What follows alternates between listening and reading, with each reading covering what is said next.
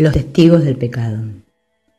El dolor demuestra que el cuerpo no puede sino ser real. Es una voz estridente y ensordecedora, cuyos alaridos tratan de ahogar lo que el Espíritu Santo dice e impedir que sus palabras lleguen hasta tu conciencia. El dolor exige atención, quitándosela así al Espíritu Santo y centrándola en sí mismo. Su propósito es el mismo que el del placer, pues ambos son medios de otorgar realidad al cuerpo. Lo que comparte un mismo propósito es lo mismo. Esto es lo que estipula la ley que rige todo propósito, el cual une dentro de sí a todos aquellos que lo comparten. El placer y el dolor son igualmente ilusorios, ya que su propósito es inalcanzable. Por lo tanto, son medios que no llevan a ninguna parte, pues su objetivo no tiene sentido. Comparten la falta de sentido de que adolece su propósito. El pecado oscila entre el dolor y el placer, y de nuevo el dolor, pues cualquiera de estos testigos es el mismo y solo tienen un mensaje. Te encuentras dentro de este cuerpo y se te puede hacer daño. También puedes tener placer, pero el costo de este es el dolor. A estos testigos se unen muchos más. Cada uno de ellos parece diferente porque tiene un nombre distinto, y así parece responder a un sonido diferente. A excepción de esto, los testigos del pecado son todos iguales. Llámale dolor al placer y dolerá. Llámale placer al dolor y no sentirás el dolor que se oculta tras el placer. Los testigos del pecado no hacen sino cambiar de un término a otro. Según uno de ellos ocupa el primer plano y el otro retrocede al segundo. Es irrelevante, no obstante, cuál de ellos tenga primacía en cualquier momento dado. Los testigos del pecado solo oyen la llamada de la muerte. El cuerpo, que de por sí carece de propósito, contiene todas tus memorias y esperanzas. Te vales de sus ojos para ver y de sus oídos para oír y dejas que te diga lo que siente. Mas él no lo sabe. Cuando invocas los testigos de su realidad, te repiten únicamente los términos que les proporcionaste para que él los usara. No puedes elegir cuál de entre ellos es real, pues cualquiera que elijas es igual que los demás. Lo único que puedes hacer es decidir llamarlo por un nombre o por otro, pero eso es todo. No puedes hacer que un testigo sea verdadero solo porque lo llames con el nombre de la verdad. La verdad se encuentra en él si lo que representa es la verdad. De lo contrario, miente, aunque lo invoques con el santo nombre de Dios mismo. El testigo de Dios no ve testigos contra el cuerpo. Tampoco presta atención a los testigos que con otros nombres hablan de manera diferente en favor de la realidad del cuerpo. Él sabe que no es real, pues nada podría contener lo que tú crees que el cuerpo contiene dentro de sí.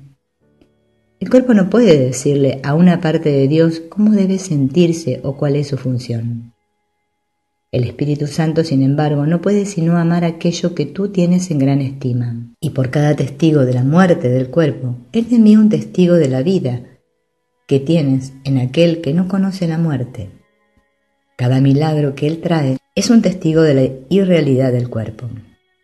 Él cura a éste de sus dolores y placeres por igual, pues todos los testigos del pecado son reemplazados por los suyos. El milagro no hace distinciones entre los nombres con los que se convoca a los testigos del pecado. Demuestra simplemente que lo que ellos representan no tiene efectos. Y puede demostrar esto porque sus propios efectos han venido a sustituirlos. Sea cual sea el término que hayas utilizado para referirte a tu sufrimiento, este ya no existe. Aquel que es portador del milagro percibe que todos ellos son uno y lo mismo y lo llama miedo. De la misma manera en que el miedo es el testigo de la muerte, el milagro es el testigo de la vida. Es un testigo que nadie puede refutar, pues los efectos que trae consigo son los de la vida. Gracias a él, los moribundos se recuperan, los muertos resucitan y todo dolor desaparece. Un milagro, no obstante, no habla en nombre propio, sino solo en nombre de lo que representan. El amor, asimismo, tiene símbolos en el mundo del pecado. El milagro perdona porque representa lo que yace más allá del perdón, lo cual es verdad. Cuán absurdo y demente es pensar que un milagro pueda estar limitado por las mismas leyes que vino exclusivamente a abolir.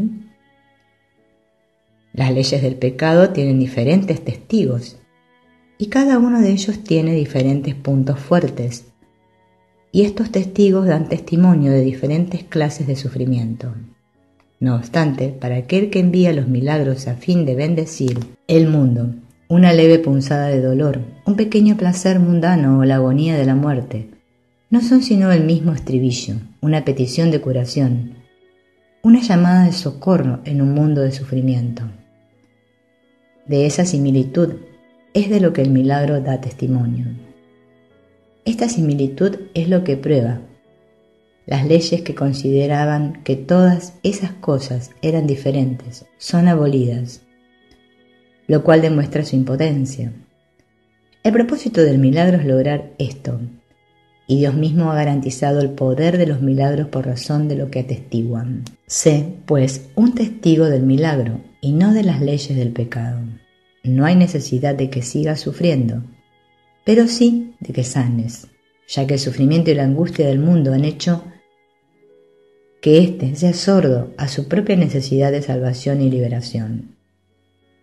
La resurrección del mundo aguarda hasta que sanes y seas feliz, para que puedas demostrar que el mundo ha sanado. El instante santo sustituirá todo pecado solo con que lleves sus efectos contigo, y nadie elegirá sufrir más. ¿Qué mejor función que esta podrías servir? Sana para que así puedas sanar, y evítate el sufrimiento que conllevan las leyes del pecado, y la verdad te será revelada por haber elegido que los símbolos del amor ocupen el lugar del pecado.